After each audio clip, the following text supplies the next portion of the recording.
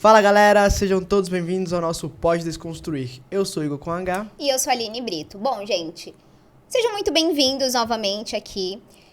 Quero convidar vocês que ainda não são inscritos no canal, já se inscreva no canal, deixa o like, compartilha esse episódio que tá incrível, vocês vão gostar. E também segue a gente nas redes sociais, TikTok, Instagram, Spotify e o canal de cortes oficial do Pode Desconstruir. Muito bem. E também não deixe de seguir a gente nas nossas redes sociais pessoais. O meu é Igor com H, souza.ufc. E o meu é a.linebrito. Bom, hoje a gente tá com uma pessoa que faz parte da minha vida, inclusive. Nossa, eu nem vou falar muito, porque senão eu vou entregar muitas coisas aqui. É verdade. Mas é uma pessoa que faz parte da minha vida, principalmente na questão profissional. Então, hoje a gente vai conversar com a Soraya Licata. Ela é advogada e ela trabalha também com a questão de previdenciária, não é isso? Isso. E a gente vai falar sobre outras coisas também que vai ser muito interessante para vocês. Então, fiquem até o final e vamos começar. Seja muito bem-vinda. Obrigada, eu que agradeço a oportunidade de estar aqui para esse longo bate-papo, que eu adoro falar. Soraya, quem era a Soraya na infância? Fala pra mim. A Soraya, na infância, era uma criança sonhadora que queria ser professora, né? E brincava muito de professora. E eu acho que eu acabei trazendo isso para a minha carreira. Também sou administradora, além de advogada. E como administradora, eu acho que eu ensinei muitos profissionais. Que maravilha. E onde começou tudo isso? Você despertar esse lado da administração, do direito? Como que foi esse início? Bom, quando eu fui fazer faculdade, na verdade, a primeira faculdade que eu queria ter feito seria Direito. Mas, à época, eu não tinha condições de fazer Direito. E eu já trabalhava em departamento pessoal, aliás, toda a minha carreira iniciou-se em departamento pessoal, eu fui desde assistente até encarregada de DP, enfim. E isso me trouxe uma bagagem administrativa muito grande, né? Sim. E aí eu fui crescendo nessa área e eu resolvi fazer uma faculdade de administração, o qual eu amei. Eu costumo dizer que essas duas faculdades são essenciais para qualquer ser humano, a administração e direito. Então, eu sou super realizada em relação a isso e comecei a trabalhar primeiramente com administração, saí do RH, e aí eu comecei a trabalhar com gestão empresarial, e aí eu fui até agora, e junto, depois que eu me formei em direito, que eu me formei em 2006, eu fiz um combo, né, fazendo gestão empresarial e trazendo junto toda a preventiva jurídica dentro dessa gestão empresarial, oferecendo isso para a empresa, e foi um casamento perfeito aí dessas duas frentes de trabalho. Que legal. Hoje, qual que é a sua principal área de atuação? A minha principal área de atuação... Na verdade, eu continuo atuando nas duas áreas. Então, a principal área é gestão empresarial, fazendo essa revolução. Eu digo que eu faço uma revolução dentro das empresas, porque eu pego ela de uma maneira e transformo em outra, né? Isso para empresas, né? Mas eu também digo que eu tenho como carro-chefe a parte do direito previdenciário, porque é onde eu atendo as pessoas físicas, né? E eu também transformo a vida dessas pessoas, porque muitas vezes elas me procuram sem a possibilidade de receber os seus benefícios previdenciários, especialmente a aposentadoria, e eu consigo fazer com que ela consiga esse benefício da melhor maneira possível. Sim. Explica um pouquinho pra gente o que de fato você faz dentro das empresas, assim. Como que você atua ali? O que a empresa precisa dos seus serviços para que possa... aonde você exerce, assim, a sua... Tá, eu vou contar uma historinha antes para entender, né, como que eu cheguei nessa proposta de trabalho. Bom, eu trabalhei muito tempo em RH, era líder de áreas de recursos humanos e depois teve um momento da minha vida que eu casei, sim, eu fui casada. E ali eu fui sócia do meu ex-marido e a empresa era uma empresa de consultoria de software de gestão para indústrias. E eu comecei a perceber que o software de gestão não bastava para resolver os problemas da empresa. Ele é uma ferramenta de gestão, mas ele não é o todo, né? E aí eu comecei a entender que precisava mais disso. E onde estavam os problemas? Não só na tecnologia, mas nos processos de gestão. Então, eu comecei a fazer consultoria, me especializei nisso e comecei a fazer consultoria nas empresas, trabalhando com RH e gestão de processos gerenciais. Percebi que as necessidades da empresa, ainda agora, está muito mais voltada para a gestão de processos do que gestão de RH, né? E por quê? Porque as pessoas, elas se movimentam de acordo com o direcionamento que ela tem, né? As ferramentas que ela tem. Então, se ela está dentro de uma empresa onde tem uma gestão de processos alinhada, correta, né? Ela vai se desenvolver melhor e a parte de gestão de pessoas vai se desenvolver muito mais eficaz, né? Independente de todos os protocolos de gestão de RH, né? Eu costumo dizer que gestão de processos, ele é o carro-chefe para qualquer tipo de motivação ou de estupim para qualquer outra situação, né? De desenvolvimento pessoal, desenvolvimento profissional, enfim. Que bacana, que bacana. Então hoje você faz realmente uma revolução, né? Você pega os processos e mexe como um todo. Como que você trabalha diretamente ali com gestão, com a parte do CEO da empresa? CEO. Você apresenta para ele toda essa proposta? Como que funciona? Então, eu trabalho... eu costumo dizer assim, olha, gestão de processos é um trabalho que você desenvolve desde a diretoria até a portaria. Quando você tem uma gestão administrativa dentro da empresa, que você não tem o olhar sobre isso, né? E até melhor dizendo, desde a portaria até a diretoria, porque engana-se quem entende que a gestão ela se faz de cima para baixo. Não, ela não faz de cima para baixo, ela faz de baixo para cima, né? E aí sim a empresa ela consegue ter aí qualidade, produtividade, enfim. Então eu entro e aí eu vou falar, né, com esse diretor, esse gestor executivo dentro da empresa, e a partir daí eu começo a desenvolver toda uma investigação da empresa. E com quem eu faço essa investigação? Com os donos dos processos. Quem são os donos dos processos? Quem está lá com a mão na massa, né?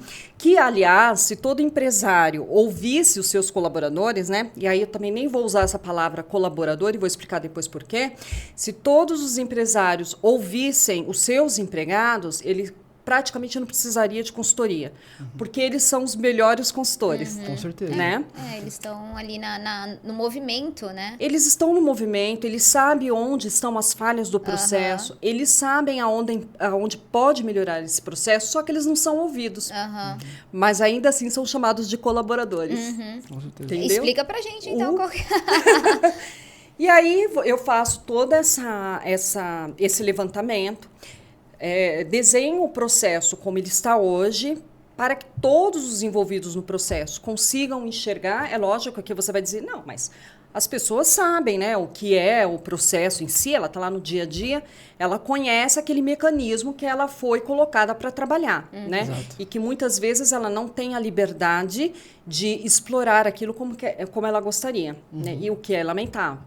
Então, nós mostramos como estão os processos atuais. A partir dali, o profissional, no caso, né, eu identifico aonde estão os gaps e gargalos daquele processo, aonde estão sendo truncados aí possibilidade de crescimento, qualidade, produtividade, lucratividade.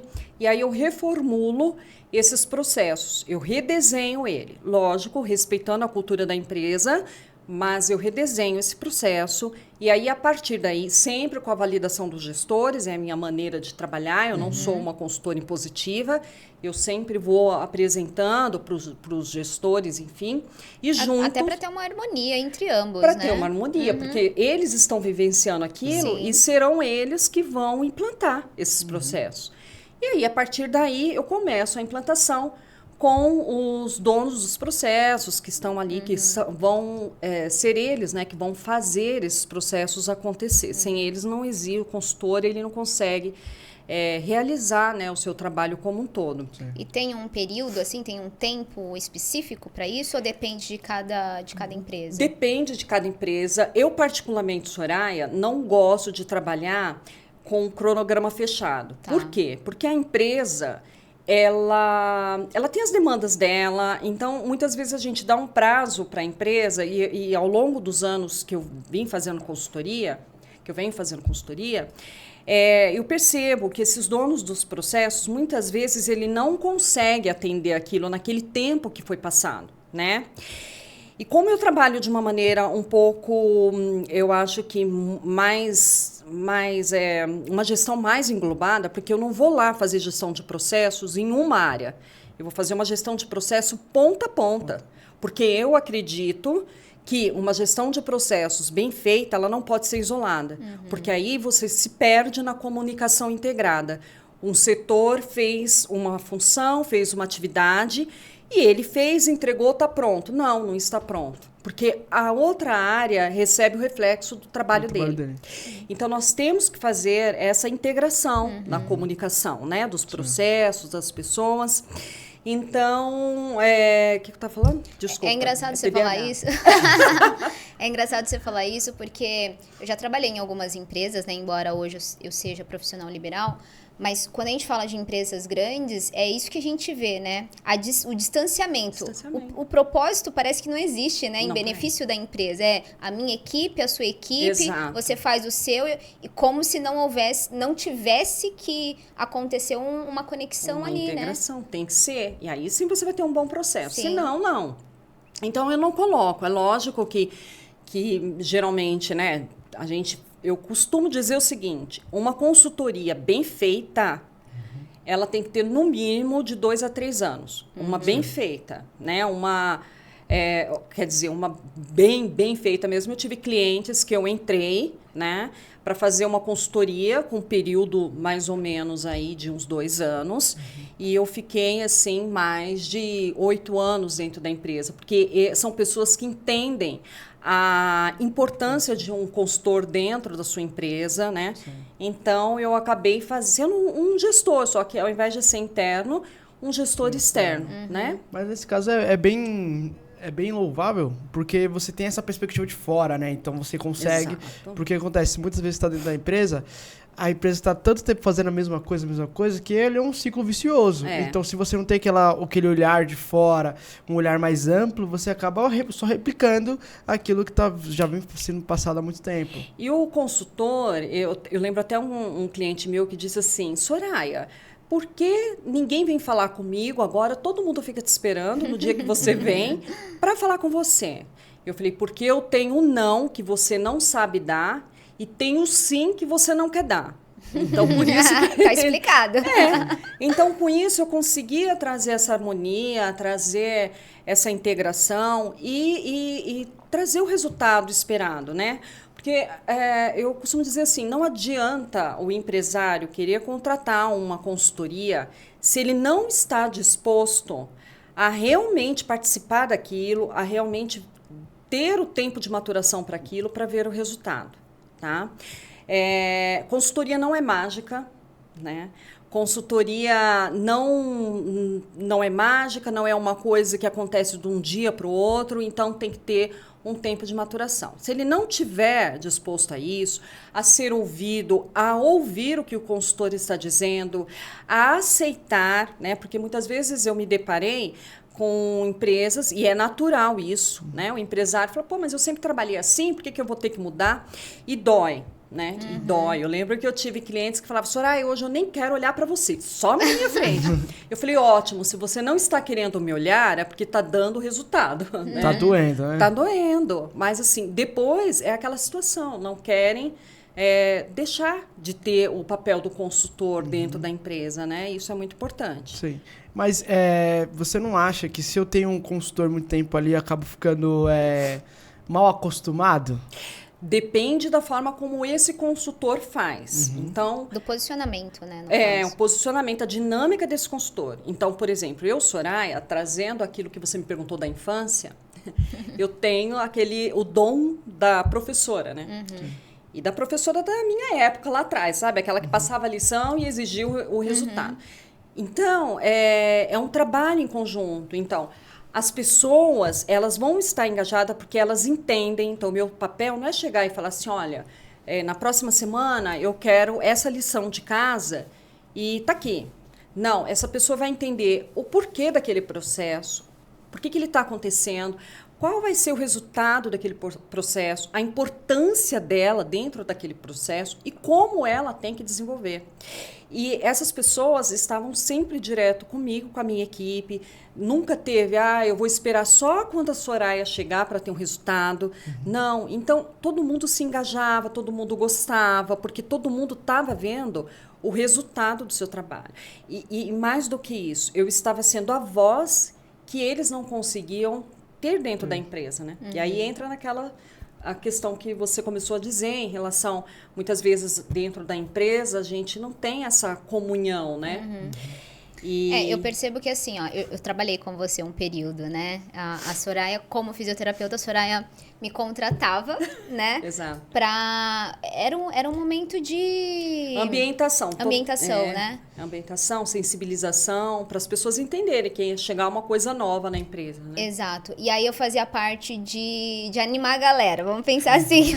Na verdade, a gente fazia um trabalho meio que de ergonomia ali, rapidamente, né? Nesse evento que acontecia. E o que eu percebi era o seguinte, por mais que eu não conhecia a empresa, eu percebi a empatia que as pessoas tinham. Por quê? Porque, na verdade, depois eles se conversavam, né? Nos bastidores se conversavam e parecia que eles não tinham contato anterior à consultoria. Exato. Né? Então, isso é muito importante, né? A gente entender que a consultoria dentro da empresa, ela é para harmonizar, sim, principalmente os colaboradores. Os colaboradores. Ou formar os colaboradores, né? Então, eu vejo assim, como você falou muito bem, eu peguei já consultorias que tinham pessoas que não se falavam, né? Sim. E nessas dinâmicas que nós fazíamos, essas pessoas acabaram falando, ainda que como colegas de trabalho, mas passaram ali pelo menos ter esse contato, né? E isso vem tudo da minha percepção também, sou pós-graduada em psicologia organizacional, enfim. Então, eu usava mecanismos aí para destravar o comportamento das pessoas, e, enfim. E o que eu percebo, né? Agora falando um pouquinho dessa relação humanista, dessa relação pessoa e empresa, né? O consultor, ele tem um papel muito importante quando ele não é somente o consultor que está ali para desenvolver os mecanismos, as ferramentas e tudo bem. E não que isso esteja errado, porque nem todo consultor ele tem a formação aí em gestão de pessoas, gestão de RH, psicologia organizacional. Ele está lá para desenvolver o processo, enfim, vai fazer isso muito bem feito, né? O papel dos consultores. No entanto, quando esse consultor ele tem esse plus, então fica mais viável, porque ele vai saber aí utilizar, né, jogar a bola para todos os cantos, né? E o que eu percebia muitas vezes na entrevista para fazer o levantamento de processos é a angústia, o descontentamento deste empregado, né? E aí eu vou fazer um parênteses. Por que empregado e não colaborador? Apesar de colaborador ser muito bonita essa palavra, né, e a gente pode usar, claro, fica mais agradável de se ouvir, juridicamente falando, o termo correto é empregado mesmo, tá? Funcionário são os trabalhadores de órgãos públicos, né? Empresa pública. E o colaborador é aquele que não está esperando no fim do mês um pagamento, uma contraprestação. Esse é o colaborador, tá? O voluntário seria um colaborador, no caso. Eu colaboro, eu vou ter o voluntário, muitas vezes, ele não tem uma troca, né? O colaborador, eu vou colaborar com isso, e em contrapartida eu também tenho uma certa colaboração, né? Então, eu não uso esse termo, e isso não quer dizer que não há um humanismo em cima disso, muito pelo contrário. Eu sou literalmente contra a empresa que ela não tem a menor sensibilidade em gestão de pessoas, e ela chama esse empregado de colaborador. Mas ela não tem o olhar para ele de um colaborador. né? Poxa, ele está aqui fazendo com que a minha empresa ela cresça junto comigo, né? Outra coisa também que, juridicamente falando, né, o contrato de trabalho, ele não é só um termo que eu vou lá e assino. Ele é muito mais do que isso. Ele tem uma função social junto com a empresa. Qual é a função social da empresa dentro do país? Fazer com que o país cresça, vai dar emprego, enfim. Sim. E o empregado, quando ele está assinando esse contrato de trabalho, ele está dizendo isso. Eu me comprometo junto com você a fazer essa produção, ao país crescer. Por isso que quando ele falta, ele tem que se justificar. Por isso que quando ele fica em casa, ele tem que se justificar, nem que seja para dizer, olha, eu fiquei em casa porque eu quero pegar uma receita da Ana Maria Braga e eu não posso ir. E aí, lógico, o empregador que vai ver se vai deliberar isso para ele ou não, mas ele é obrigado a justificar, né? Então, muitas vezes, esse empregado ele está insatisfeito, mas ele não consegue falar isso para o seu gestor. Ele não tem essa voz, porque ele não é ouvido. Por quê? Porque a linha ela é horizontal, é de cima para baixo. Então, ele não vai ser ouvido. Então, quando o consultor chega lá, esse consultor é a voz dele, né? Então, voltando nessa parte de humanismo colaborador, eu acho que vale muito a pena, sim, chamar o empregado de colaborador, enfim. Mas quando você traz para dentro da empresa, é este clima, né? Essa atmosfera. Quando você não tem essa atmosfera, eu acho que tudo isso fica muito... Vou usar até uma palavra um pouco rude, mas eu acho muito hipócrita, né? Então, como que a gente vai trazer esse humanismo? Não é só chamando o empregado de colaborador, não é você colocar lá no seu quadro, né, de missão, visão e valores, meus colaboradores, enfim. Não, é você trazer essa atmosfera para dentro da empresa, né? E como que você traz essa atmosfera para dentro da empresa? Pagando bom salário? Tendo altos benefícios? Não, isso é RH estratégico, né? RH estratégico que tem aí no máximo que 20 a 30 anos o RH estratégico, né?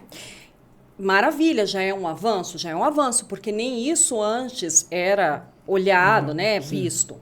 Né? A gente trabalhava em ritmo de produção e tudo bem. Vem o RH estratégico, trouxe toda essa visão.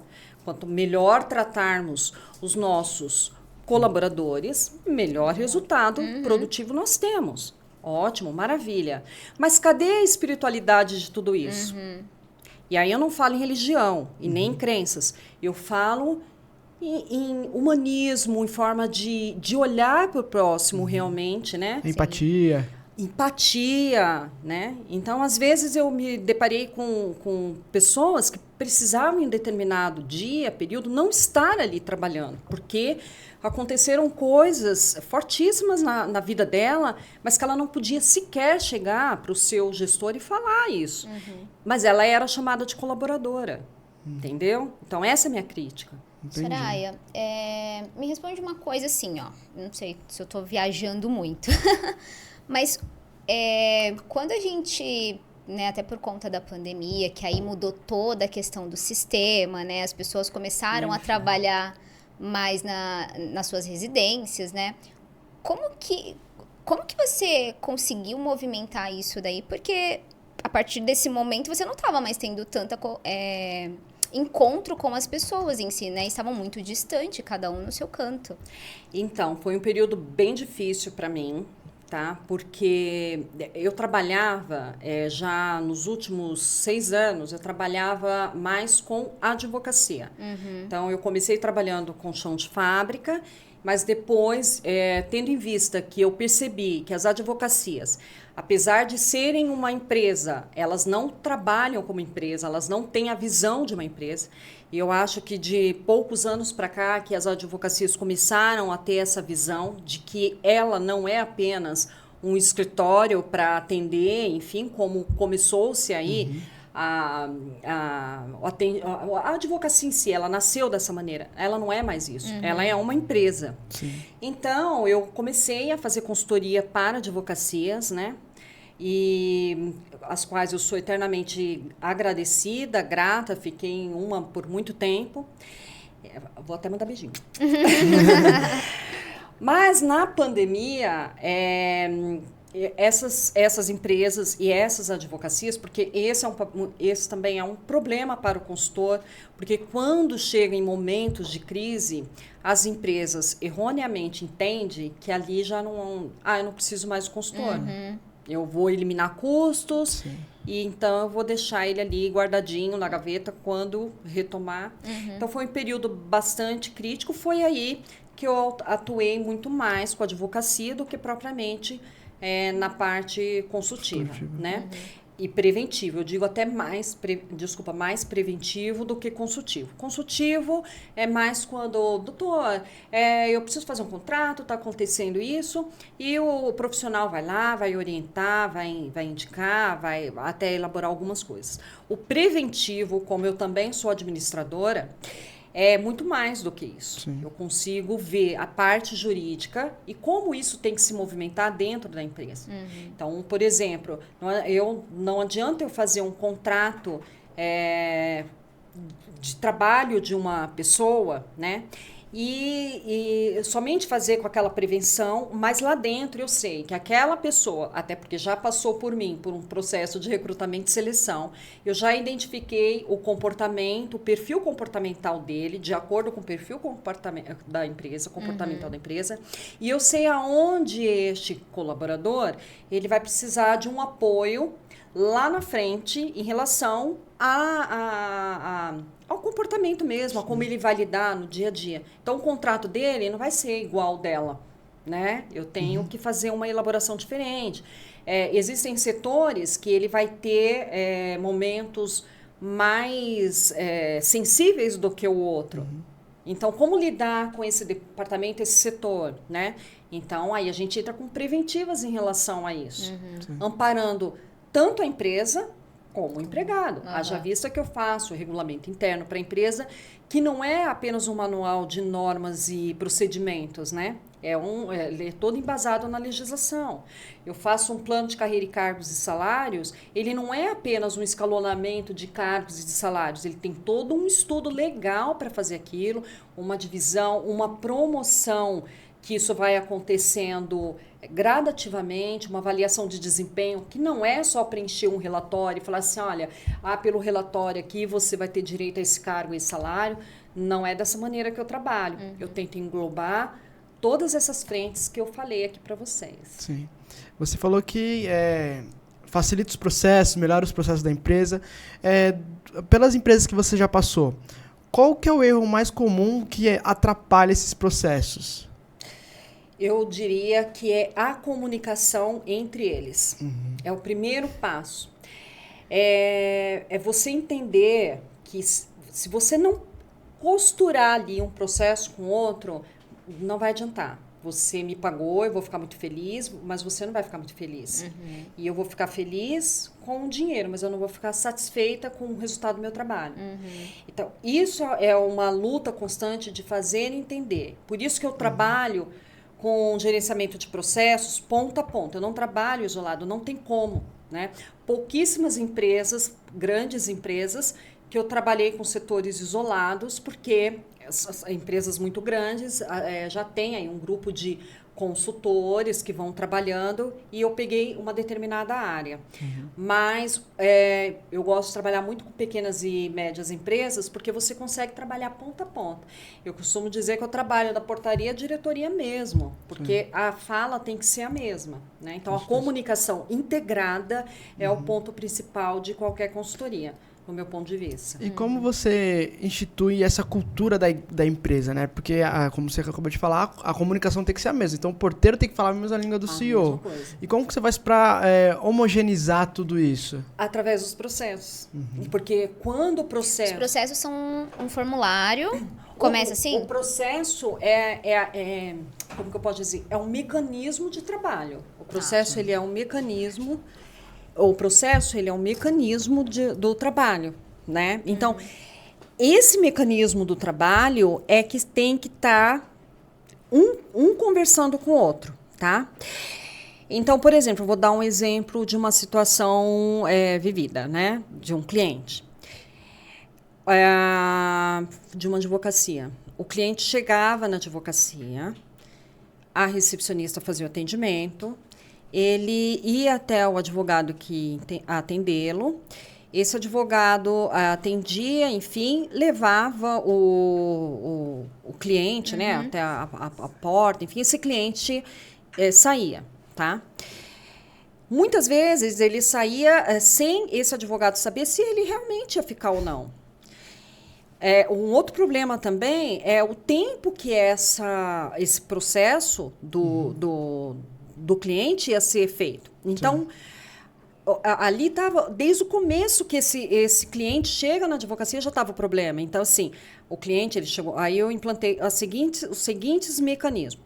Ele chegava, falava com a recepcionista, que fazia ali primeiro um cadastro, uma prévia dele.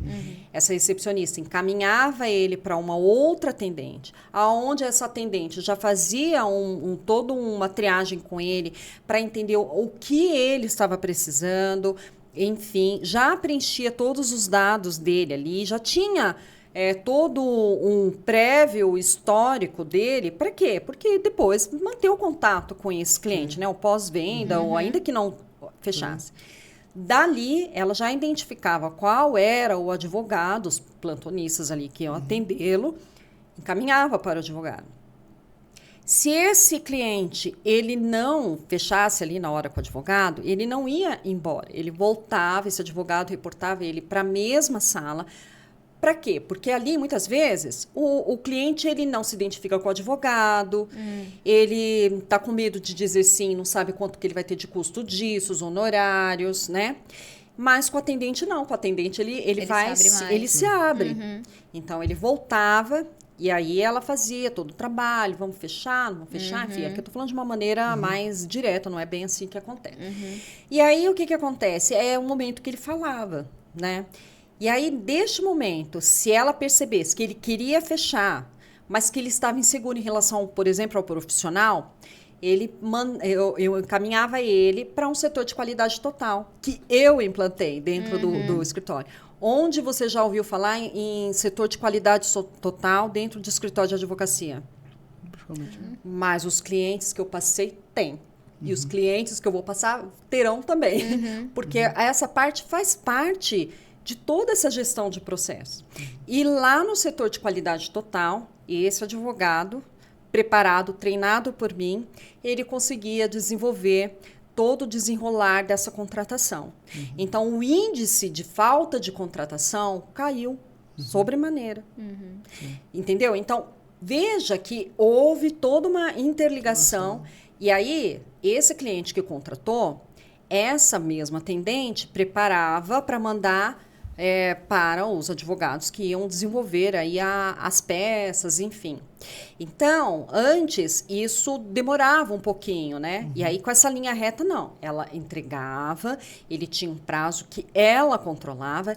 Esse prazo, não tendo a correspondência a outra advogada, gestora de prazos, enfim, era notificada por isso, e aí havia toda uma gestão. Sim. Então, veja que vai virando uma teia de aranha, né? Um vai ligando o outro. Um vai lidando. Então, é assim que você coloca. Agora, também é claro, a parte do treinamento e, sobretudo, a parte de sensibilização, que era aquilo que nós fazíamos no começo. Eu não entro na empresa para fazer consultoria, salvo se, obviamente, os gestores não querem, o que eu lamento. Começar uma consultoria sem as pessoas saberem qual o papel do consultor dentro dessa empresa e qual o papel da consultoria. Posicionamento, né? Porque, assim, a consultoria, quando ela entra na empresa, todo mundo já fica com medo. Com certeza. Vai ter corte de gastos, eu vou cair. A consultora vai... E eu passei por isso. Por falta de clareza sobre o profissional, né? Sobre o que vai acontecer de fato. Exato. E eu passei, e muitos colegas meus passaram por uma situação assim. Muitas vezes os gestores, né? Eles, alguns, né? Mais acima, né? O que eles fazem? Às vezes eles querem extrair alguma coisa da sua equipe e ele usa a consultoria. Olha, a consultoria veio para eliminar. Olha, se você não der esse resultado, não dar esse resultado, você vai ser dispensado. Quantas vezes, assim, eu não sabia o porquê que o empregado ele estava agindo de uma maneira ríspida, totalmente retraída comigo, e isso atrapalha todo o processo. Com certeza. Porque ele não vai falar. Ele vai pensar, meu Deus, se eu falar isso para ela, ela vai falar, tá fazendo errado, vai me mandar embora, né? Então, eu faço esse trabalho de sensibilização, onde a Aline participou, porque aí a gente primeiro faz um evento. Neste evento é onde eu vou falar, todo mundo vai sentar. Vocês já viram que eu falo pra caramba, né? Aí eu vou sentar, vou apresentar, vou falar qual é o papel da consultora, o papel da consultoria, quais serão os papéis de cada um lá dentro. E eles vão entendendo esse mecanismo, né? Eles vão tomando confiança, porque a gente vão se desarmando, né? Vão se desarmando. Vira aí... O papel do consultor vira um confessionário mesmo, e aí a gente vai ouvindo aquilo e vai ajustando, né? Sim. Vai trazendo essa parte da espiritualidade dentro da empresa, muito sutilmente, né? Porque isso é importante, não só na relação gestores e empregado, como entre eles. Com certeza. Sim. Nós estamos num período cada vez mais assim concorrente, né? E é muito ruim você trabalhar num ambiente que pode ter o melhor salário, eu ouvi muito isso. Eu estou aqui porque eu tenho um salário muito bom, mas eu venho me arrastando. Isso é péssimo. Isso é ruim. Sim. Isso é péssimo. E quando eu falei para o gestor, olha, o que motiva o empregado... O maior motivador do empregado não é o salário é mantenedor. Nossa, para que eu fui falar isso, gente? Eu quase perdi ali a minha consultoria. Ah, a senhora é louca, olha o que ela falou. Mas né? Já tem estudos comprovando isso, já há muito tempo tem estudos, né? Então, assim, não é isso, não é né? o dinheiro que mantém você empregado. Não é. Então, assim, sabe, a pessoa, ela quer se sentir participando. Então, ela sabe que ela vai fazer, desses processos que a consultoria vai fazer, ela vai participar, ela vai poder falar, ela vai ser acolhida naquela ideia. Isso motiva, isso dá, né, tesão para a pessoa ir trabalhar. Senso de pertencimento, né? Pertencimento, exatamente isso, né? Então, eu vejo a empresa, para mim, eu vejo como este complexo, como este universo, né? Sem espiritualidade e, tecnicamente falando, sem gestão de processos adequado e sem um RH de gestão de pessoas adequado, ela, por mais que ela faça, por mais que ela invista, ela nunca vai entender o porquê ainda tem aí os gargalos, as deficiências e as dificuldades, né? Muito bom. Uma aula, não foi? Foi, deu pra gente entender bastante. Acho que o pessoal também deve ter anotado aí algumas coisas, bastante, né? Porque foram bastante informações, né? Mas eu acho que ficou bem claro aqui pra gente qual é a função da consultoria dentro da empresa. Sim. Que, pra mim, me corrija se eu estiver errada, mas pra mim tem...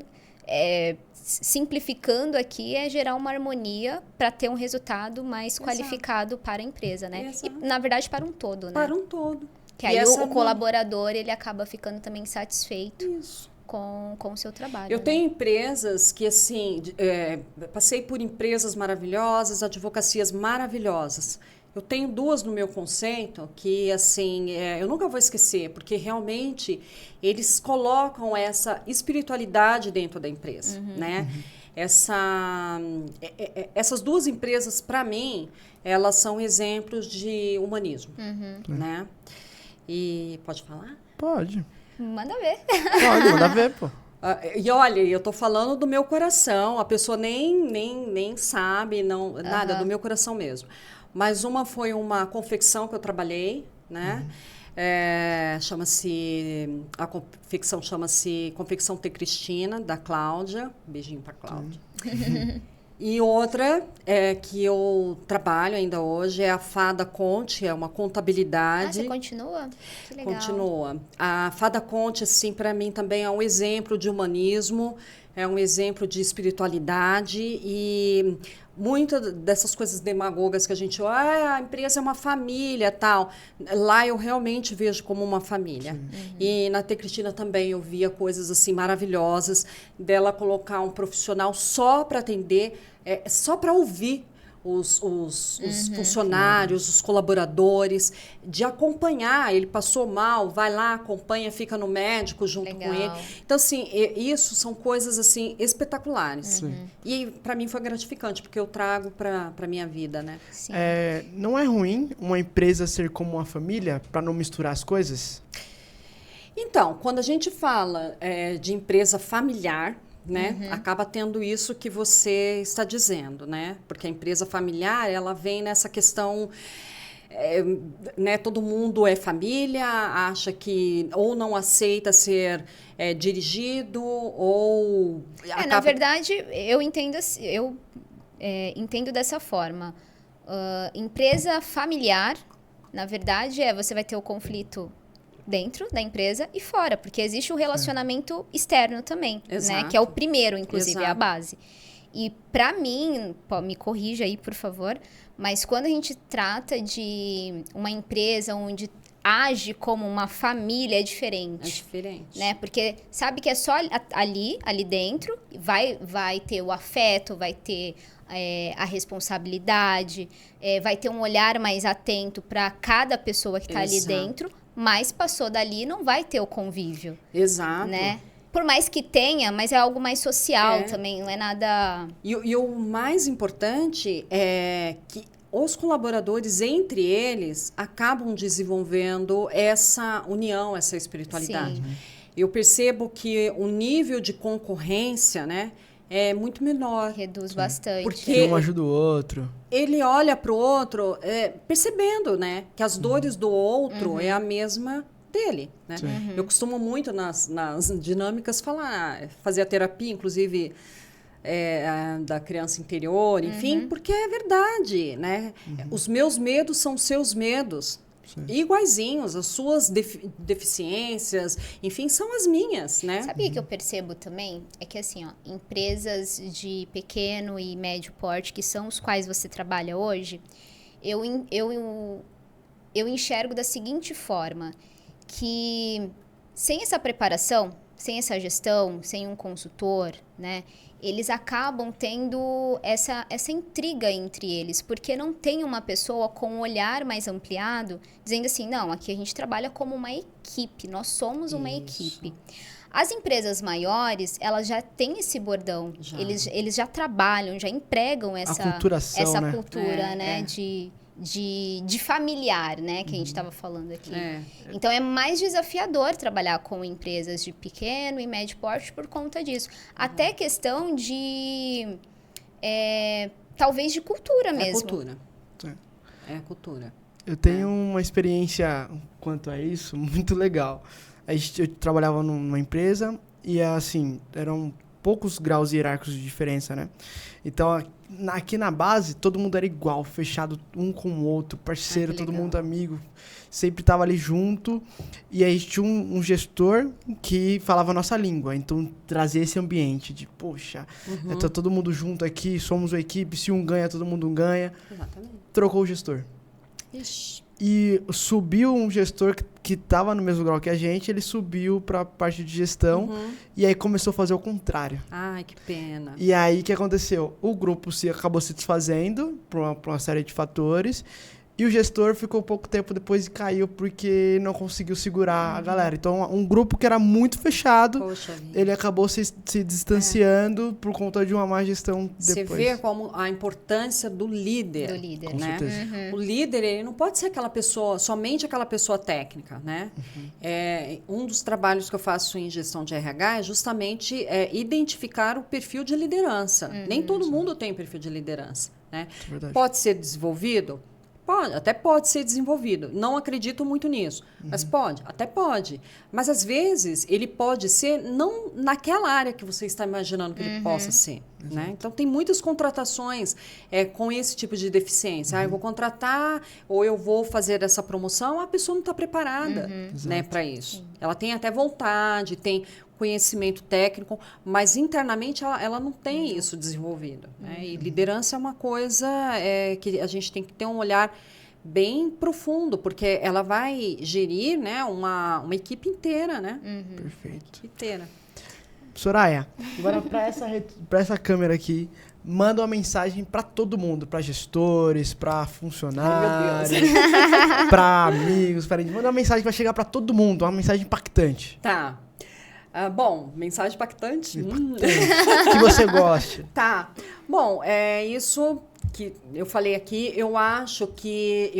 tenho certeza, que nós estamos passando por um momento no mundo que a gente precisa mudar todos os conceitos de convivência humana e com os bichinhos também. E nós passamos o nosso maior tempo dentro das instituições. Então, nós temos que olhar, sim, né? Uma empresa, ela não é um local, né? Uma instituição de caridade. Sim, ela não é, mas ela pode ser caridosa, né? Então, com tudo isso, a gente consegue chegar muito mais longe. A espiritualidade, e aqui volto a falar, não estou falando de religião, né? Nem de crenças. Eu estou falando da empatia, do amor ao próximo, de olhar para o próximo e pensar, não vou fazer isso com essa pessoa, mesmo que seja subjetivamente, sem perceber, porque somos nós, né? Então, a gente está ferindo a nós mesmos, né? Então, acho que por isso até que a gente está passando assim por momentos bastante delicados. Então, nós precisamos unir forças, não ter essa diferença dentro de uma empresa de que, né? A gente já tem a diferença de cargos, a gente já tem a diferença de salários, mas vamos nos unir, né, dentro da empresa e entender tecnicamente que a sua empresa ela pode sim ser melhor em nível de processos. Então, ela pode ser, mas para isso você tem que ter este olhar. Você tem que estar aberto, você tem que ouvir o consultor ou um gestor falar para você qual o caminho certo e você participar para você poder acreditar nisso.